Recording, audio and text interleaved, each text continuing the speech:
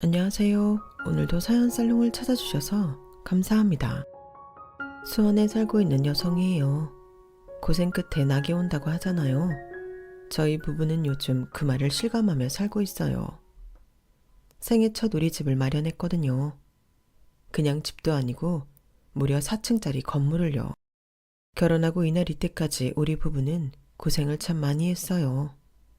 돈 때문에도 고생을 했지만 특히 막내 아들 건강 때문에 마음고생이 많았거든요. 그 과정에서 저희 부부한테 가장 큰 상처를 준 사람은 다름 아닌 저희 시어머니였어요. 차라리 남한테 그런 상처를 받았다면 욕이나 실컷 해주고 끝냈을 거예요. 그런데 시어머니와는 그럴 수가 없잖아요. 어쩌면 어머님도 저희의 그런 약점을 알고 더 함부로 하셨는지도 모르겠네요. 지렁이도 밟히면 꿈틀한다고 저희 부부라고 마냥 참고 살 수만은 없겠더라고요. 다른 것도 아니고 내 자식 목숨이 달린 일 앞에서 수모를 당한 거였으니까요. 천상효자라고 불리던 남편도 그 일로 인해 가슴에 한이 많이 맺혔던지 결국 칼을 뽑아 부모 자식 영까지 끊더라고요. 그럼 지금부터 저희 부부와 시어머니의 얽힌 사연을 들려드릴게요. 저희 시어머니는 처음부터 저희 결혼을 반대하셨어요. 제가 마음에 안 들어서 그랬던 게 아니라 어머님 마음에 들었던 게 문제였죠. 정확히는 제 친정의 재력이요. 며느리 친정 재력이 좋은데 왜 반대를 하셨냐고요? 거기엔 약간의 사정이 있었어요.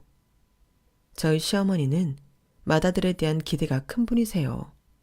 그래서 자식이 셋이 있는데도 유독 맏아들한테만 지원을 아끼지 않으셨어요. 그의 부흥이라도 하듯이 아주버님은 명문대를 나와 대기업에 입사했고요. 그러니 어머님은 더더욱 맏아들의 뒷배가 되어줄 재력 있는 집안딸을 맏며느리로 드리고 싶어 하셨던 거예요. 그렇게 점 찍어준 사람이 바로 저였어요. 저희 외가가 대대로 사업을 크게 해서 재력도 그렇고 인맥이 상당하거든요.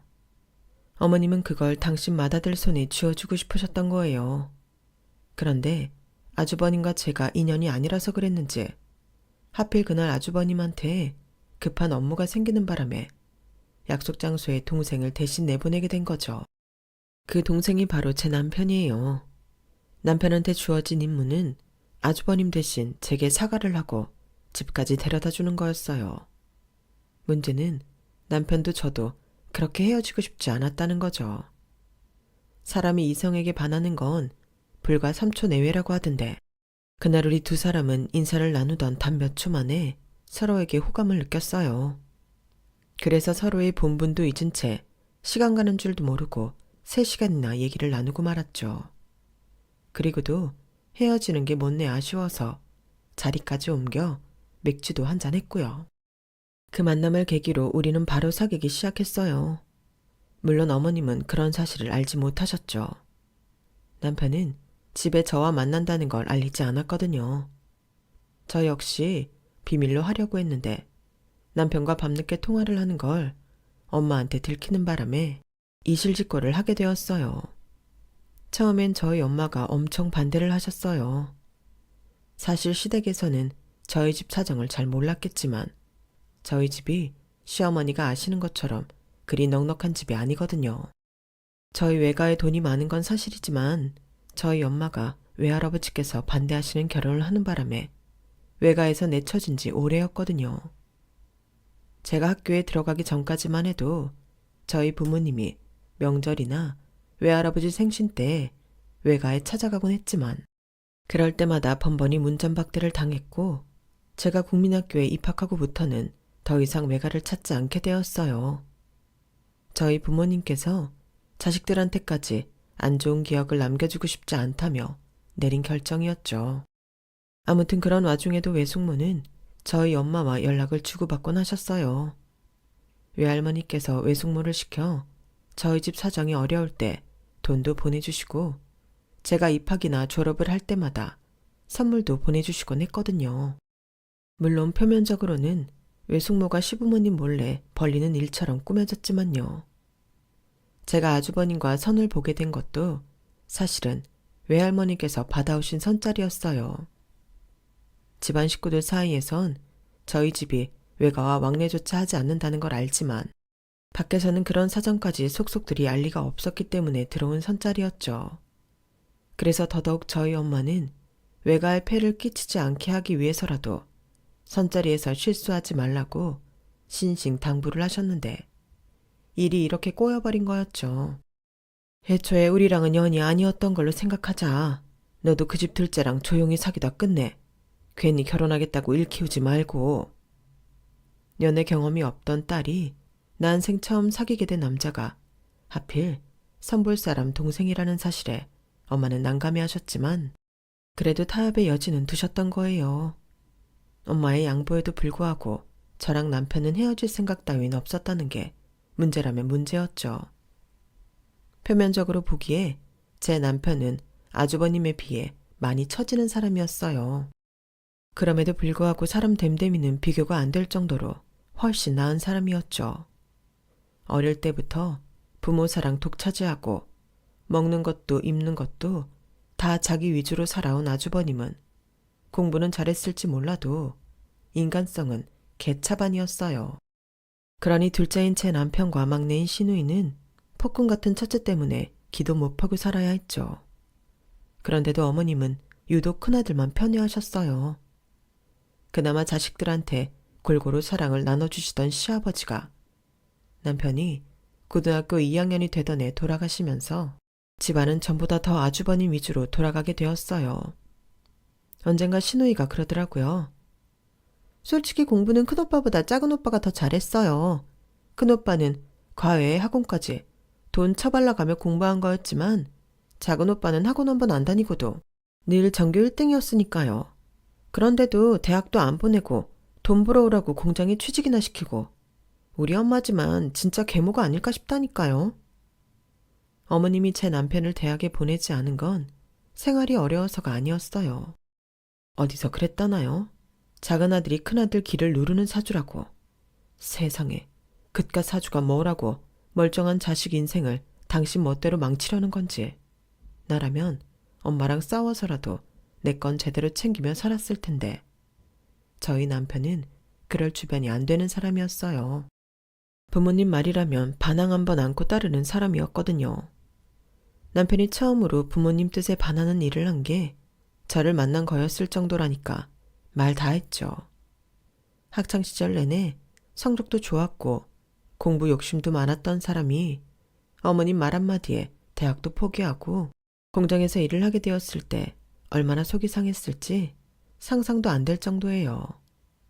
그래도 제 남편이 난 사람은 난 사람이었던 게 어머님한테 등 떠밀려 공장 일을 하면서도 자기 인생을 포기하지 않았다는 거예요. 이듬해 21살이 된 남편은 군에 입대해 군복무를 하고는 제대하자마자 공무원 시험에 합격해 7급 공무원이 됐으니까요. 제대하고 바로 시험을 볼 생각에 군에 있으면서 공시 준비를 했다고 하더라고요. 군 생활만으로도 힘들었을 텐데 정말 독한 사람인 거죠. 공무원 생활을 하면서도 대학에 대한 목마름을 간직했던 남편은 야간 대학에 진학해 학업을 이어갔어요. 저랑 만나던 시점에도 남편은 일과 학업을 병행하고 있는 상태였어요. 남편과 제가 사귀기 시작한 지 얼마 안 됐을 무렵 우리가 사귀고 있는 걸 몰랐던 시댁에선 불발된 맞선 날짜를 다시 잡았어요. 저희 집에서는 난감할 수밖에 없었죠. 제가 그 집 둘째 아들과 만나고 있다는 걸 저희 엄마는 알고 계셨으니까요. 맞선이 불발되고 한동안 연락이 없어서 흐지부지 된 줄 알고 안심했는데 꺼졌던 불씨가 다시 타오른 셈이었죠. 어쩔 거야. 그 집에서 너랑 그 집 둘째가 사귀는 거 모르는 것 같은데. 외숙모가 생각해서 해준 선짜리인데 왜 그렇게 경솔하게 행동을 해? 엄마가 아주 너 때문에 외숙모 앞에서 고개를 들 수가 없어. 어쩌긴 뭘 어째. 이미 엎어진 물인걸. 애초에 약속 펑크된 그 집 큰아들이 잘못한 거지. 그리고 엄마도 상준 씨 만나보면 내가 왜 이런 선택을 했는지 알게 될 거야. 정말 괜찮은 사람이야. 아, 몰라. 엄마랑 아빠 몰랐던 걸로 할 테니까 네가 직접 만나서 거절을 하든 구워 삶고 오든 알아서 해. 그렇게 저는 다시 잡힌 선자리에 나가게 되었어요. 저뿐만 아니라 남편도 함께요. 저희 두 사람이 나란히 걸어 들어오자 아주버님이 꽤나 놀라더라고요. 남편이 그간의 일을 설명을 했더니 싫은 티를 팍팍 내며 성질을 내더군요. 너희 자식, 지금 그걸 말이라고 해? 일부러 나 엿먹이려고 작정하고 버린 짓이지? 암튼 너 집에 가서 봐. 나도 나지만 엄마가 너 가만둘 것 같아? 하긴 네가 뒷일까지 생각할 정도로 똑똑한 놈이었으면 이런 짓은 못 벌였겠지. 그쪽도 정말 실망이네요. 도대체 이 자식 뭘 믿고 이런 말도 안 되는 짓을. 괜히 시간만 낭비했네. 아주버님은 자리를 박차고 그렇게 나가버렸어요. 그날 아주버님 행동을 보니 그동안 집에서 남편이 어떤 대접을 받고 살았을지 안 봐도 비디오였어요. 괜히 나 때문에 남편 입장만 곤란해진 게 아닌가? 말도 못 붙이고 있었는데 남편이 먼저 말을 건네주더라고요. 걱정할 거 없어. 이 정도 각오도 없이 사귀자고 한 거 아니니까. 혹시 우리 어머님께서 뭐라고 하시든 무조건 내가 그랬다고 해. 나머지 내가 해결할 테니까. 남편은 모든 걸 자신이 떠안겠다고 했지만 미안해서 그럴 수는 없었어요.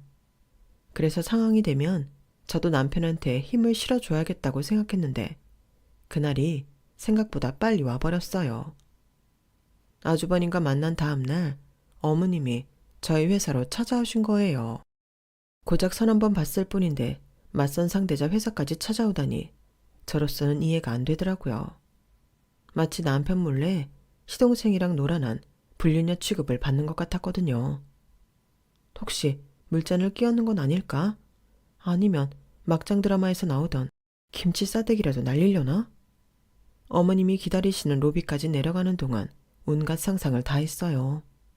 그런데 막상 만나보니 제 예상과는 정반대의 행동을 보이시지 뭐예요. 회사까지 찾아와서 놀랐죠? 우리 큰애한테 얘기 들었어요. 작은 애가 실수를 했다고요? 미안해서 가만히 있을 수가 있어야지. 내가 대신 사과할게요. 걔가 원래 좀 사리 분별 못하고 지멋대로 날뛰는 애라서 내가 아주 속이상이 미치겠다니까요. 내 자식 일로 이런 말하기 염치 없지만 작은 애는 있고 우리 큰애랑 한번 만나봐요. 우리 큰애는 어릴 때부터 부모 속썩인 일 한 번 없이 얼마나 착했나 몰라. 직장도 작은 애랑은 비교도 안 되잖아요. 어때요? 우리 큰애랑 다시 만나볼 생각 있어요? 그럴 마음만 있다면 우리는 그간 있었던 일은 없던 일로 생각할게요. 가만히 얘기를 듣고 있자니 뭔가 찜찜한 기분이 들었어요. 큰아들이든 작은아들이든 똑같은 자식인데 왜 저렇게까지 큰아들과 나를 연결시키려고 작은아들을 몹쓸 놈을 만드나 이해가 안 갔거든요. 그런데 어머님 말씀을 들어보니 그 이유를 알 것 같았어요. 결혼이란 게 두 사람만 좋다고 되는 게 아니잖아요. 서로 집안끼리 도움이 돼야지.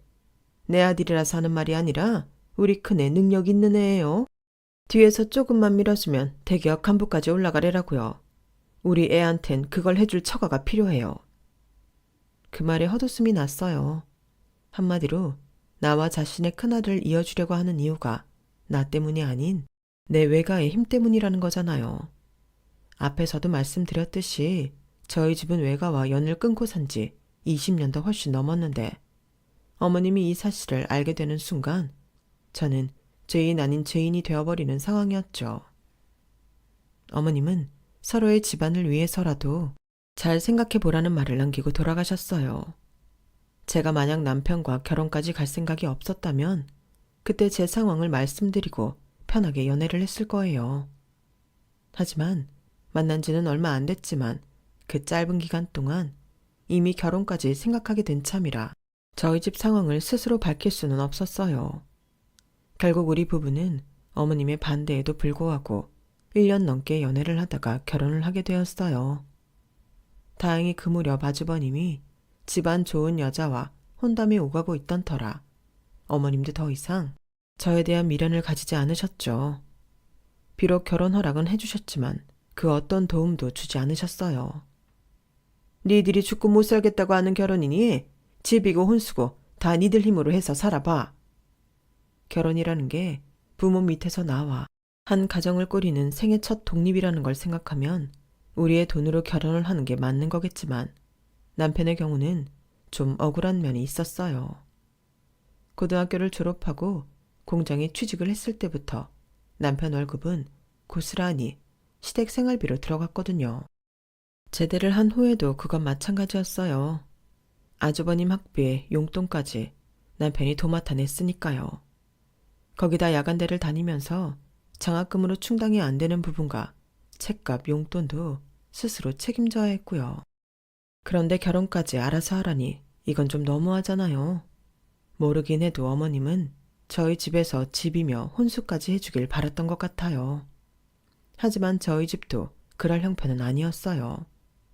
그렇다고 어렵게 허락받은 결혼인데 돈 때문에 포기할 수만은 없어서 최소한의 경비로 결혼을 하게 되었어요. 그런데 웃긴 건 뭔지 아세요?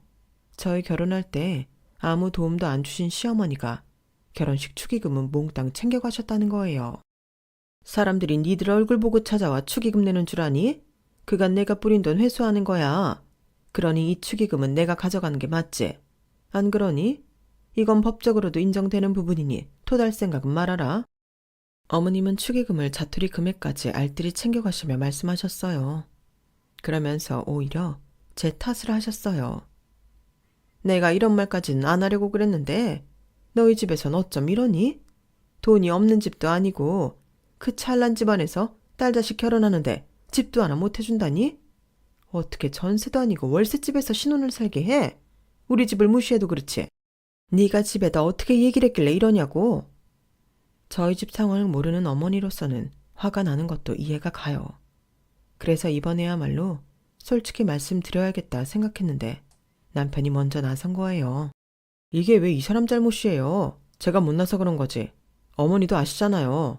저 그동안 모아둔 돈 없는 거. 버는 족족 집에 생활비 대주고 형 등록금에 내 등록금까지 내면서 살았는데 돈이 어딨겠어요. 너 지금 생활비 좀 내고 네 형 등록금 몇 번 내줬다고 생색내는 거니? 가족끼리 그깟 일로 꼭 생생을 내야겠어. 누가 들으면 네가 우리 집을 위해 대단한 희생이나 하고 산 줄 알겠다. 결혼한 지 얼마나 됐다고? 벌써부터 우리랑 상국거 살 생각이 모양인데. 알았어. 앞으로 너한텐 땡전 한 푼 안 받고 살 테니 그런 줄 알아. 어머님은 말씀은 이렇게 하셨지만 실제로는 무슨 일이 있을 때마다 제게 전화를 하셔서 생활비며 여행 경비, 경조사비 등을 받아가셨어요. 그러면서 정작 저희가 어머님 도움이 필요할 때는 얄짤 없더라고요. 제가 첫애를 낳고 회사 복귀를 앞두고 있을 때 아이를 맡아줄 어린이집을 못 구해서 발을 동동 구르고 있었거든요. 그래서 어머님께 어린이집 구할 때까지만 애 좀 봐달라고 했더니 이러시는 거예요. 얘, 애는 니들이 낳았으면서 왜 나보고 키우라고 그러니? 돈도 또 뭐해? 어린이집이 없으면 애 봐주는 사람 불러다 쓰면 될 거 아니야. 부모가 죄인이니? 언제까지 자식들 뒤치다꺼리나 하고 살라는 거냐고. 암튼 난 그렇게는 못하니까 니들이 알아서 해. 다행히 회사 동료한테 베이비시터를 소개받을 수 있어서 급한 불은 끌 수 있었지만 그때 일을 생각하면 아직도 식은땀이 날 정도예요. 돈 필요할 땐 자식이고 도움을 줘야 할 땐 남보다 더 못하게 굴던 시어머니는 믿었던 큰아들이 부잣집 사이로 가면서 많이 바뀌게 되었어요. 처음엔 좋으셨죠.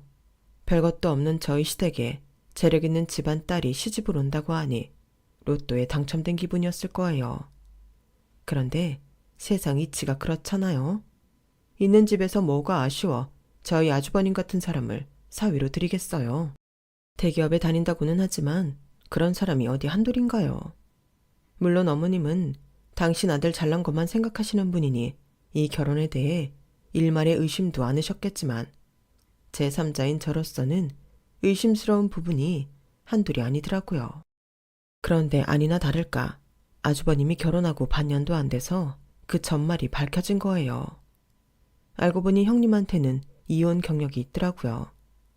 혼인신고는 하지 않았으니 호적상으로는 깨끗했지만 식도 올리고 1년 넘게 결혼 생활도 했더라고요. 그러니 자신들과 급이 맞는 집들과 어떻게 혼사를 진행할 수 있겠어요.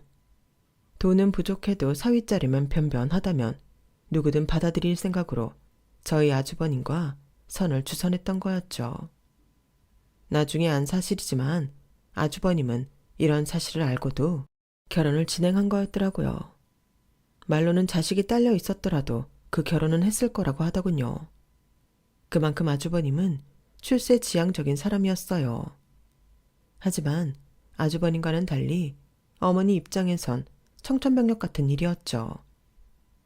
평소 저를 자기 집 종부리듯 하면서도 형님한테는 주인집 상점 모시듯 했던 시어머니가 형님 과거를 알고는 180도 달라진 거예요. 그렇다고 이미 한 결혼, 물릴 생각이 있어서 그랬던 건 아닌 것 같고 기선제압을 해서 맏며느리를 부리고 살아야겠다. 그렇게 생각했던 것 같은데 이게 엉뚱한 결과를 만들어낸 거죠.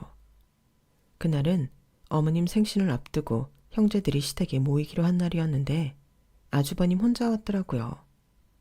아주버님은 시종일관 굳은 표정을 하더니 식사를 마치자 기다렸다는 듯 말을 꺼냈어요. 어머니, 제 와이프한테 도대체 무슨 소리를 하신 거예요? 결혼 전에 동거 좀 한 게 무슨 큰 죄라고 사람을 쥐잡듯 하셨냐고요. 저요, 처가덕의 회사에서 인정받고 다니는 거 어머니도 아시잖아요. 그깟 작은 흠이 제가 처가에서 받는 도움에 비할 거나 돼요? 아무튼 이번 일로 제 와이프가 많이 화났어요. 앞으로는 어머님 안 보고 살겠대요. 뭐? 아니 못 낀 놈이 성된다고 지가 몸뚱이 함부로 굴리고 산 걸 창피해야지. 되려 시엠이 탓을 해? 아무리 세상이 변했다지만 이런 경우 없는 일은 또 처음이네. 아들, 설마 넌 이 와이프 편들겠다고 내 앞에서 시위하는 건 아니지? 유치하게 좀 굴지 마세요. 내가 무슨 편을 들어요. 난 그저 내 가정 지킬 생각뿐이라고요. 그러니까 앞으로는 그 사람 여기 올 일 없으니까 그렇게 아시라고요. 생활비는 부족하지 않게 보내드릴 테니까 그렇게 아세요. 아주버님은 자기 할 말만 끝내곤 집을 나섰어요. 평생을 큰아들만 보고 살았던 시어머니는 한순간에 낙동강 오리알이 되고 말았어요. 상황이 이렇게 되고 나니 그제야 저랑 저희 남편한테 없던 애정이 생긴 것처럼 행동하시더군요. 물론 어디까지나 당신 편한 상황에만요. 하루아침에 큰아들한테 버려진 어머님도 불쌍하지만 그보다 더 불쌍하게 된 사람은 바로 저였어요. 엄연히 제 남편이 둘째고 시댁에서 받은 것도 하나 없는 처지인데도 저는 맏며느리 노릇까지 다 해가며 살아야 했으니까요. 그렇게 하고도 좋은 소리 한번 못 듣는데도 남편 때문에 꾹 참고 살아야 했어요. 아주버님이 그날 그렇게 가버린 이후로 남편은 어머님께 측은지심이 생겼는지 형 목까지 아들 노릇을 하려 들었거든요. 어머님은 그런 제 남편을 알차게 이용하셨고요. 제 눈엔 꽁 대신 닭이 된 남편이 가여웠지만 그래도 자기가 원하니 말릴 생각은 없었어요. 그런데 이제 조금 우리 부부한테 마음을 여는 듯 보였던 시어머니한테 뒤통수를 크게 한 방 맞는 일이 생긴 거예요. 자세히 서술은 안 했지만 결혼을 은행 대출금으로 시작한 저희 부부는 결혼 기간 내내 돈 때문에 시달려야 했어요. 아무리 둘이 벌고는 있다고 해도 은행 대출금에 시어머니 용돈과 생활비까지 부담하고 살려니 넉넉한 생활은 애당초 포기하고 살아야 했죠. 아이를 낳고 난 후로는 아이한테 들어가는 돈도 적지 않아서 매달 빠듯하게 넘기곤 했어요. 그러다 둘째 아이를 낳고서는 집안에 안 좋은 일까지 겹쳐서 사는 게 더 팍팍해져 버렸죠. 둘째를 출산한 저는 육아휴직 기간 중에 회사로부터 안 좋은 소식을 접하게 되었어요. 경영 악화로 인해 희망퇴직을 강요받게 된 거예요. 윤대리는 그래도 돈 버는 남편이라도 있잖아. 혼자 벌어서 가족 부양하는 가장들보다는 상대적으로 덜 힘들지 않겠냐고. 윤대리가 집에서 육아휴직하고 있는 동안 사무실에 남아있는 직원들은 하루하루 피말리며 살았어. 그러니까 미안하지만 윤대리가 결심 좀 해줘. 자기 역시 언제 잘릴지 모른다며 전전긍긍하는 과장님 말에 할 말이 없더라고요. 다 같이 어려운 상황인데 내 사정만 봐달라고 할 수는 없으니까요. 그래서 희망퇴직을 하게 되었어요. 한창 돈이 들어갈 때에 실직까지 하게 되자 걱정이 이만저만이 아니었어요. 은행 이자가 올라서 대출 이자는 매달 늘어나지. 아무리 생활비를 줄이려고 노력해도 두 아이한테 들어가는 돈까지 줄일 수도 없으니까요. 그런데 그러던 차에 둘째 애가 심장에 이상이 있다는 진단까지 받게 된 거예요. 당장 수술을 받지 않으면 생명에 지장이 있는 거라서 우리 부부는 앞뒤에 안 재고 수술을 감행하기로 했어요. 그런데 수술도 수술이지만 당장 손에 쥔 돈이 없어서 수술비가 더 걱정이더라고요. 여기저기 돈을 마련하려고 뛰어다녀 봤지만 수술비에는 턱없이 부족했어요. 그래서 다만 얼마라도 빌려볼 생각으로 시댁에 찾아갔어요.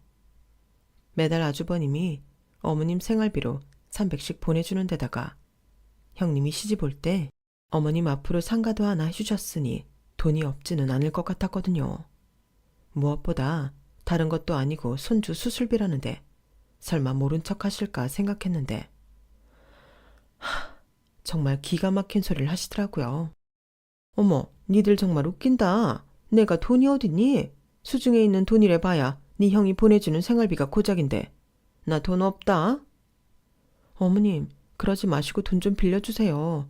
저희 그 돈 그냥 달라는 거 아니에요. 무슨 일이 있어도 어머님 돈은 꼭 갚아드릴 테니까 제발 우리 수호 좀 살려주세요. 네, 어머님. 자식 목숨 앞에선 염치고 뭐고 따질 겨를이 없어서 거실 바닥에 무릎까지 꿇고는 통사정을 했어요.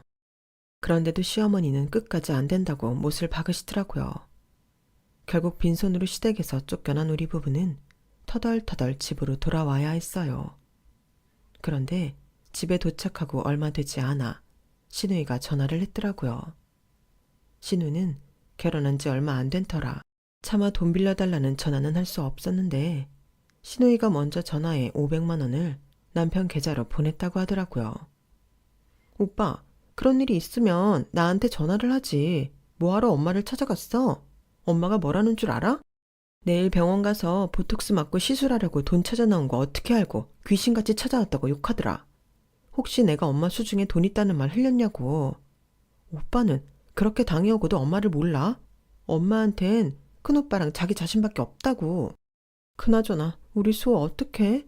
어린 게 그 큰 수술을 잘 버텨야 하는데. 오빠, 나한테 있는 돈이 500분이라서 그거라도 보냈어.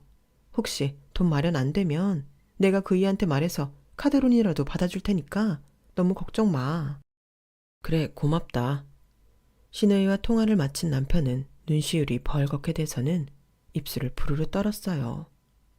손주 목숨보다 자기 미용 시술이 더 중요한 어머님에 대한 분노였죠. 비록 우리 아들 수술 때문에 마음고생은 심했지만 결과적으로는 모든 게 잘 해결이 됐어요. 수술비 전액을 저희 외할아버지가 내주셨거든요. 저희 부부가 수술비 때문에 애를 먹는 걸 지켜본 엄마가 외가를 찾아가셨거든요. 눈에 흙이 들어가도 다시는 안 보겠다고 하셨던 외할아버지도 이제 연세가 드셔서 그런지 저희 엄마를 내쫓지는 않으셨던 모양이에요. 엄마는 손주를 살려야겠다는 심정으로 수십 년 만에 만난 부모 앞에서 돈 좀 빌려달라는 말을 하셨어요. 그간 살아오는 동안 아무리 사는 게 힘들어도 자존심 하나로 버텼던 엄마였는데 손주 목숨 앞에선 자존심이고 뭐고 다 필요 없던 거였죠. 외할아버지는 그런 엄마를 보고는 길게 묻지도 않으시곤 저희 둘째 수술비를 내주셨어요. 수술비만 내주신 게 아니라 외할아버지가 잘 아는 심장수술 전문의한테 연락을 해주셔서 더 좋은 시설에서 수술을 받게 되었죠. 그 일로 남편은 이전과는 많이 달라졌어요. 그래도 자기 부모였기에 자식으로서 도리를 다하고 살려 했던 마음이 이 일을 계기로 싹 사라져버린 거죠.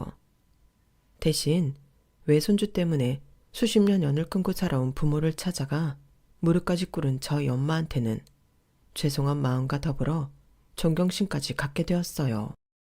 다행히 저희 아들 수술은 성공적으로 끝났고 5년이 지난 지금까지도 아무 탈 없이 잘 지내고 있어요. 우리가 애 수술비를 구한다고 발을 동동 구르며 찾아갔을 땐 모른 척하던 시어머니는 여전히 당신이 필요할 때만 저희한테 연락을 하고 계시죠. 하지만 그때 이후로 어머님께 정을 뗀 남편은 어머님 전화조차 받지 않고 있어요. 그렇다 보니 어머님은 늘 제게 전화해 투덜거리시죠. 생각 같아선 저도 연락 끊고 살고 싶지만 그래도 내 남편 부모인데 그럴 수 없어서 전화는 받아들이고 있어요. 대신 예전처럼 명절이며 어머님 생신 때마다 찾아뵙는 일은 하지 않고 있지만요. 그리고 얼마 전 저희 외할아버지가 세상을 떠나셨어요. 저희 아이 수술비를 대주신 이유로 명절마다 저희 내외가 엄마를 모시고 찾아뵙곤 했기 때문에 많이 가까워진 상태였는데 갑작스럽게 세상을 떠나시니 마음이 참 아프더라고요. 특히 엄마는 오랜 시간 연을 끊고 살아오신 채로 더더욱 외할아버지 죽음이 황망했을 거예요. 그런데 장례가 끝나고 일주일쯤 지났을 무렵 외숙모가 전화를 하셨더라고요. 외할아버지께서 제 앞으로 남겨주신 게 있으니 와서 변호사 얘기를 들어보라고요. 떨어져 산 기간이 길었던 탓에 큰 기대는 않고 변호사를 만나러 갔는데 글쎄 엄청난 유산을 남겨주셨지 뭐예요.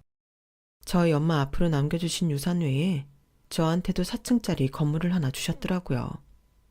변호사와 동석해 있던 외삼촌은 세금이 만만치 않게 나올 거라며 세금은 외할머니가 내주시기로 했으니 걱정 말라고 하셨어요. 사무실에서 나와 집으로 돌아오는데 실감이 안 나서 자꾸 볼을 꼬집게 되더라고요. 지금까지 변변한 집 한 칸 마련 못하고 월세집을 전전하고 살던 처지였는데 하루아침에 건물주가 됐으니 왜 안 놀라겠어요. 그날 집에 돌아와 남편한테 그 얘기를 했더니 남편은 그걸 우리가 받아도 되는지 모르겠다며 얼떨떨해 하더라고요. 결혼 전부터 우리 집 사정을 다 알던 사람이라 처가덕을 복을 살 생각은 조금도 안 왔던 터라 더 놀랐나 봐요. 정작 저는 당장이라도 그 건물에 들어가 살 사람처럼 들떠있는데 말이죠. 곳간에서 인신난다고 하루아침에 건물주가 되고 보니 그동안 신세를 진 사람들이 떠올랐어요. 특히 시누이요. 그래서 시누이한테 전화해 건물주가 된 사정을 알렸더니 저만큼이나 좋아하더라고요. 제가 1층에 카페 자리를 내주겠다고 했더니 자기는 장사를 할 주변머리가 못 된다며 극구 사양하더라고요. 나중에 제가 카페를 차리면 그때 공짜 커피나 달라나요? 그래서 평생 공짜 커피를 대접하기로 했답니다. 이렇게 훈훈한 결말로 사연을 끝맺지만 참 좋았겠지만 세상엔 이렇게 선한 사람만 있는 게 아니더라고요. 저희가 유산으로 받은 건물 4층으로 이사를 하고 일주일쯤 됐을까요? 일요일 아침에 느닷없이 시어머니가 집으로 찾아오신 거예요. 집까지 찾아오셨는데 문전박대를 할 수는 없어서 현관문을 열어들었더니 글쎄 손에 캐리어까지 끌고 오셨더라고요. 어머님은 안으로 들어오자마자 마치 자기 집에 온 사람처럼 당연하게 소파에 앉으시며 이러시는 거예요. 예, 넌 이사를 했으면 연락을 해야 할 거 아니니? 어떻게 나이 든 시애미가 직접 찾아오게 만들어? 일단 내 짐은 내 방에 갖다 놔라. 집 규모를 몰라서 먼저 옷까지만 조금 챙겨왔다. 남은 짐은 차차 이삿짐 센터 불러서 가져올 테니까 그렇게 알고. 오다가 보니 건물 규모가 꽤 크더구나. 뒤외가에 돈이 있다더니 허튼 소리는 아니었어. 예, 넌 왜 그렇게 꺼다 놓은 보리자루처럼 서 있는 거냐? 내 방에 짐 가져다 놓으라는 말 못 들었어? 길 닦아놓으니 거지가 먼저 지나간다고 이사하자마자 시어머니가 찾아와 방 내놓으라고 할 줄은 몰랐어요. 하도 기가 차서 멍하게 서 있는데 안방에서 남편이 나오며 소리쳤어요. 여기가 어디라고 오셨어요? 어머니 방이요? 그걸 왜 우리 집에서 찾으세요? 얼굴에 보톡스 맞을 돈은 있어도 사경을 하면은 손주 수술비 대줄 돈은 없다는 분이 무슨 염치로 짐까지 싸들고 오셨냐고요. 당장 나가세요. 예, 그땐 이미 병원에 예약을 해둔 참이어서 어쩔 수가 없었어. 나도 그 일로 니들한테 많이 미안했다. 나도 반성 많이 했으니까 그 얘긴 그만하자. 그건 그렇고 아무리 내가 실수를 했기로서니 내 배 아파 낳은 자식놈이 그깟 일로 엄마한테 대들어도 되는 거냐? 내가 널 그렇게 가르쳤어? 어머니가 가르친 대로 살았으면 진작에 연 끊고 살았을 겁니다.